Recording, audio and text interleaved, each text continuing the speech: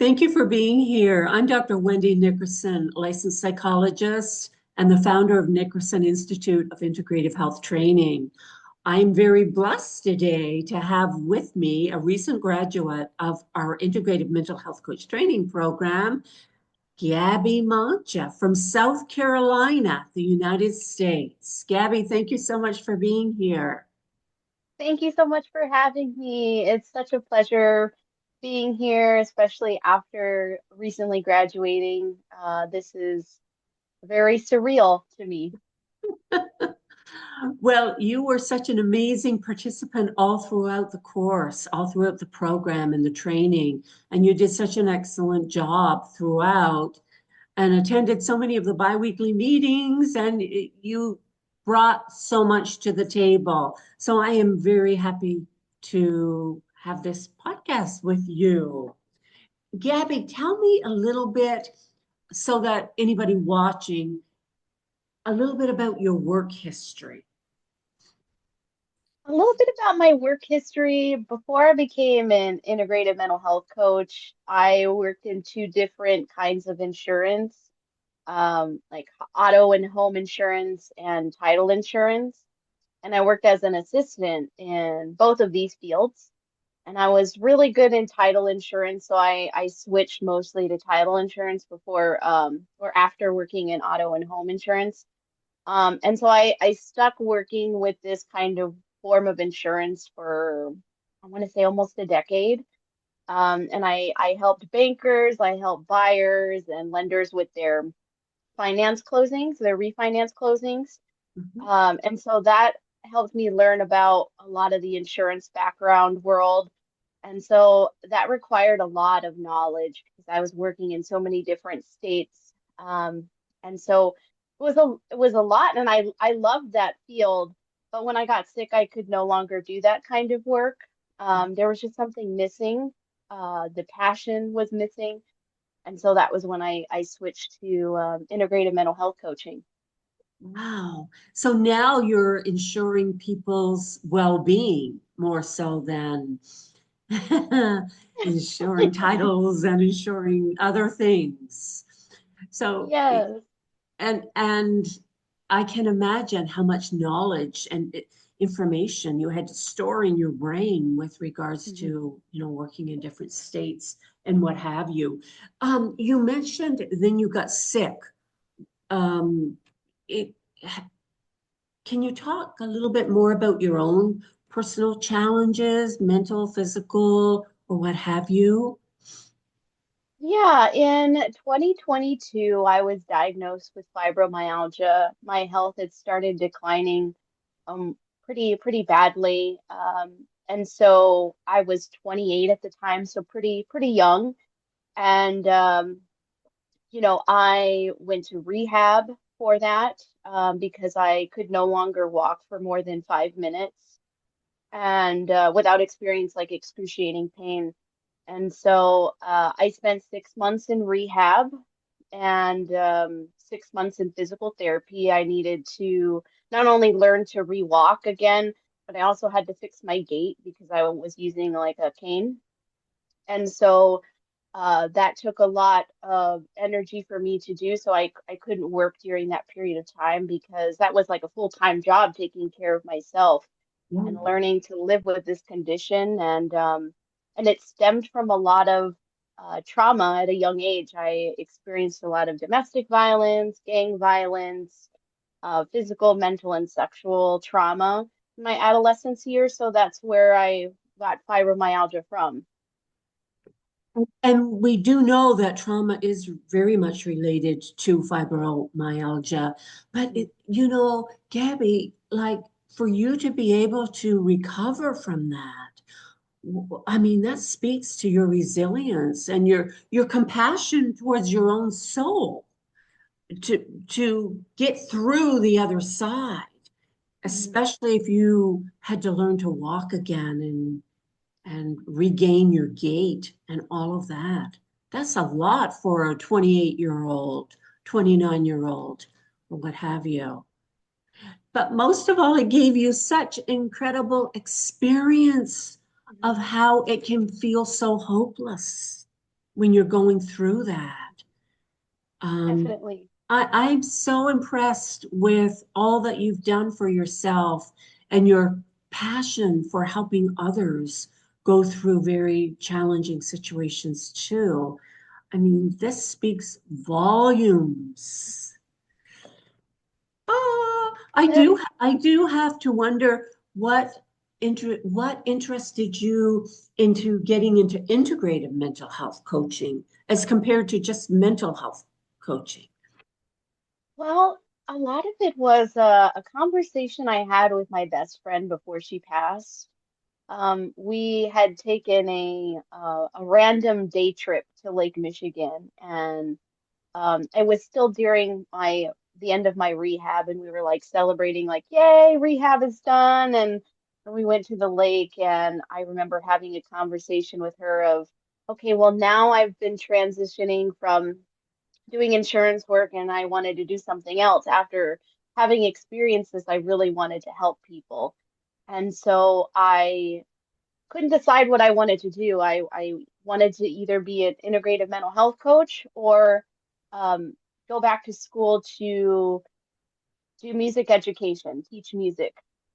That was something that I really enjoyed doing, and I loved doing that when I was in college and in high school. And so I had talked with her about, uh, if I should get into one of these. And even though we had this conversation, she told me to go with my gut and told me to go with what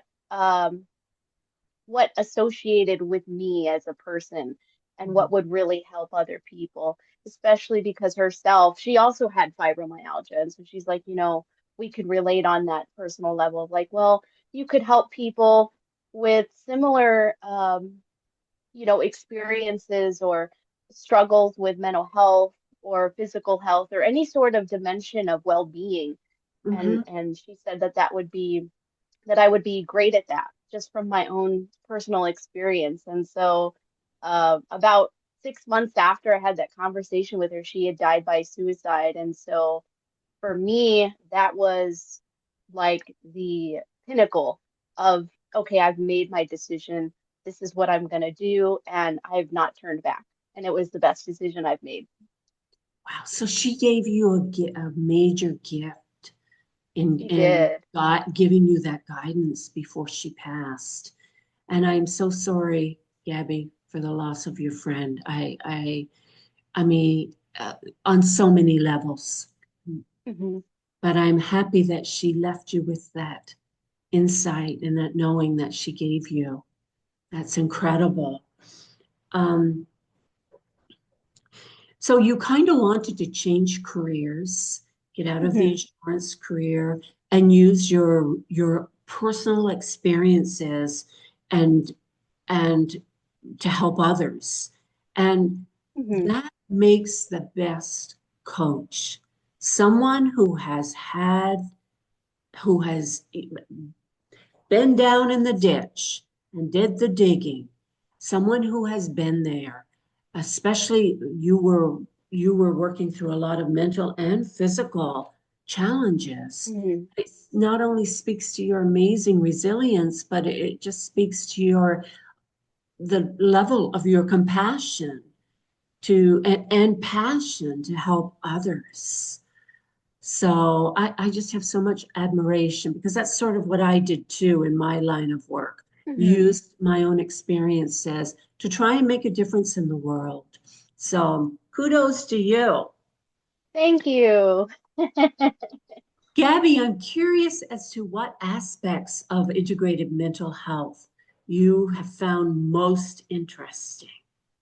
Oh, that's a good question because there are so many different aspects of integrative mental health coach that I find interesting, and there's some that I haven't even fully delved into.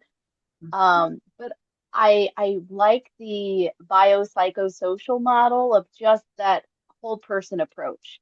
It's quite different than traditional coaching where they take a lot of traditional methods and they apply it to clients. But for me, I like the integrative process of doing conventional treatments, but also alternative and natural treatments. I think that's like, with meditation or mindfulness and nutrition and movement therapies, to just consider the whole person, the physical, the emotional, the spiritual dimensions of health and well-being, and that interconnectedness of the mind and body, where here in the West, it's very much separated.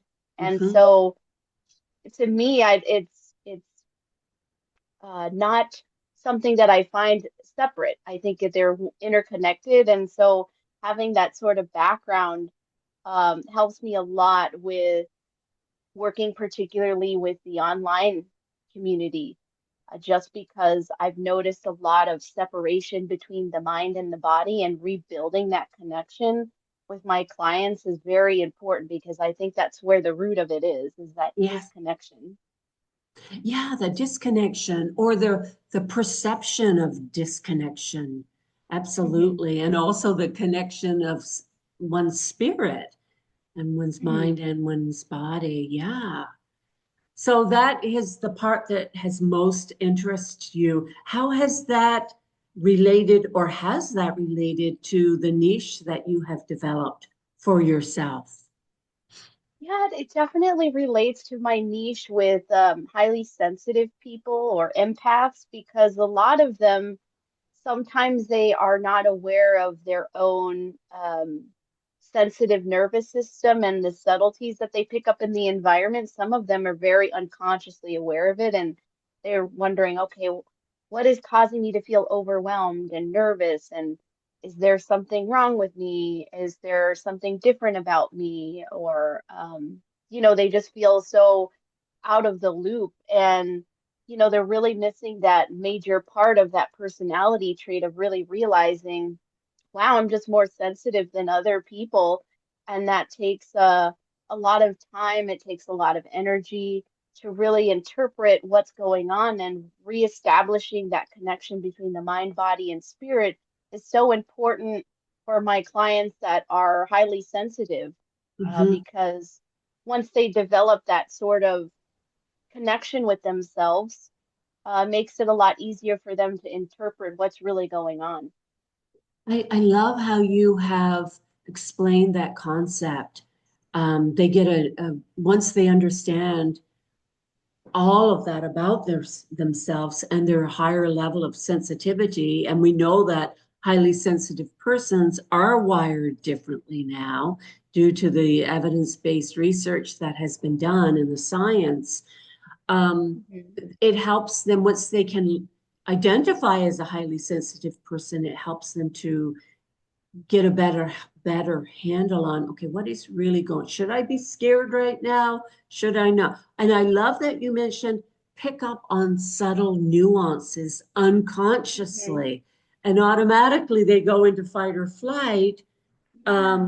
and without, well, why am I so nervous, why am I so scared right now? Hmm. Yeah, that's such an important topic. So you would be a very good person to work with a highly sensitive client. Yeah, and to help educate them on their own neurobiology. Yeah, fascinating. Thank you.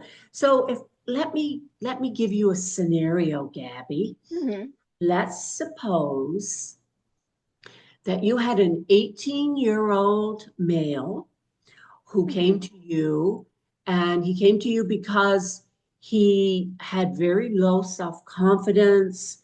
Actually, he didn't have any self-confidence. Hmm. He wants to ask out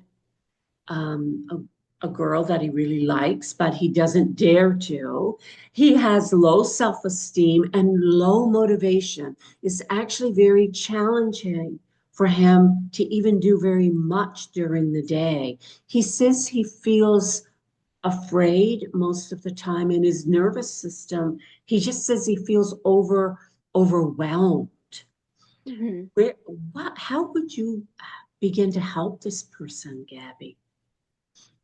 Well, I would first want to understand what is causing some of those emotions of feeling overwhelmed and scared, and how is that activating their fight or flight system, and what is their response? Are they isolating? Are they expressing their emotions in an unhealthy coping strategies that they're doing? And how is that affecting their confidence and their self-esteem?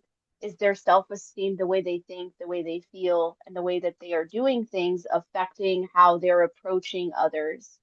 And how is that causing them fear? And what are the physical sensations that they're having and the emotional sensations that's causing them to have these emotional responses that's not allowing them to approach somebody in confidence? Is it something they're thinking? Is it tied with their belief system or their values? So I'd really want to dig into some of those, uh, open the can of worms and see really what's going on and start to work through that, the emotional um, experiences they're having when they are thinking about those things and how they are approaching people. I love that you're combining the mind and the body because you mentioned the somatic sensations also in addition to the thoughts that they may be having or the belief systems, particularly about themselves that they're having that are keeping them stuck in a loop. I mean, I think that approach would be so incredibly helpful Hmm. um, because you're approaching it on several different levels while Yeah, also helping them gain insight into their own self. So exactly. I want to meet them at a level that I can meet them at, yeah, because sometimes as coaching, I can approach a client that's like that, and maybe they're not ready or they don't know what's going on internally. So it's kind of like a mystery. We've got to go on a search, a quest, and really figure out what are we missing, what's there, what's not there, and put these pieces together and really figure out, okay, this is what's causing the low self-esteem and the low motivation, the low confidence. I love that you mentioned helping them become aware of what's going on internally, or because most of that is so unconscious. It's outside of the client's awareness. So, and I know from you being in the program, you are also very intuitive. Hmm. So you would intuitively know where to start probing a bit to find out what is going on unconsciously so that you can make it conscious for the client. And once it's Hmm. conscious, I mean, we can't fix something that we don't know is going on. So, and so much of Exactly. our behaviors and thoughts are unconscious. So Hmm. I, yeah, I love that you are combining it all and addressing the unconscious also. So, Gabby, tell me what makes you a good mental health coach? Oh, that's a great question. I think what makes me a good integrative mental health coach is that I'm always thinking of my clients' needs first. As a coach, that's my most important priority of what do they need from me? Because I'm a genuinely empathetic, compassionate person, and I offer a non-judgmental space so that my clients feel heard, understood, and supported. Because a lot of the time, some people are not very comfortable or they don't feel safe in expressing how they feel or what they think, or they may feel like they are going to get judged or blamed for something that they're saying or doing or thinking. And so a lot of the time, I've got to build that rapport with my client. What do they need from me so that I can offer this space for them to feel safe? Because that's a need for somebody to be able to express what they're needing for their overall general well-being. Hmm. And I can certainly attest that you are that type of coach that would put the client first and help them understand what they need. You actually demonstrated such incredible skills throughout the program, Gabby, and your ability to tap into the client and help them understand what may really be going on within their Mhm. mind and their body. Gabby, do you have your own practice? I know that you're working for a mental health business, but I was curious if you have your own practice and are what strategies you would use to grow your practice.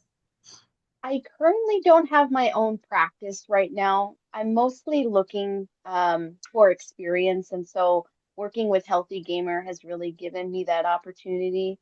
But I would like to start taking clients for my own personal coaching practice. But some of the strategies that I do use currently with my clients, I make sure that I invest in a lot of continued education, so staying up to date with new approaches or research or different certifications that I can utilize. And, talking with other coaches about their experiences and how I can cultivate my own strategies to help fit different client needs. Yeah. So, I usually like to make sure that I'm coming up with strategies that are helping towards my clients. So making sure I'm asking very relatable questions in regards to what they're looking for, what they're wanting to explore about themselves, or what goals they're wanting to create. So I'm very much a flexible kind of coach where I like to adapt and learn, and I will take sometimes a more strategic approach, and other times I'll take more of a flow type of approach because depending on what the client needs, whether they're not sure if they what direction to go in, we'll explore that. Or if they do know what direction they're going to go and what sort of strategies can we utilize to cultivate those goals and aspirations that they're looking for. So the client is a very integral part in the process. Mhm. And that is so empowering to give them that part of the process in It terms of is. setting goals rather than you setting goals for them. Mhm. That's so important. Yeah. Gabby, how can anyone watching this video, how can they find out more information about you? Is you mentioned that you don't have your own practice yet, and I know that they can find you on the Nickerson Institute directory page, but do you have an email or anything that we can include with this podcast? Yes, they can email me at gmancha@ymail.com. And I also do have a direct link through my work for those that want to sign up with me directly. I don't have Okay. that with me now, but that's something that I can follow up with and give you the link directly where if they want to sign up and work with me directly through Healthy Gamer, they can use my direct link for that. Okay. So you'll email that to me later. Yes. Hey, Gabby, thank you so much for spending time with me today and sharing what you want to accomplish and sharing more about yourself. It will help so much. I Thank you appreciate for having me. I appreciate you so much. So we'll end for now and say our goodbyes. Bye. Thank you.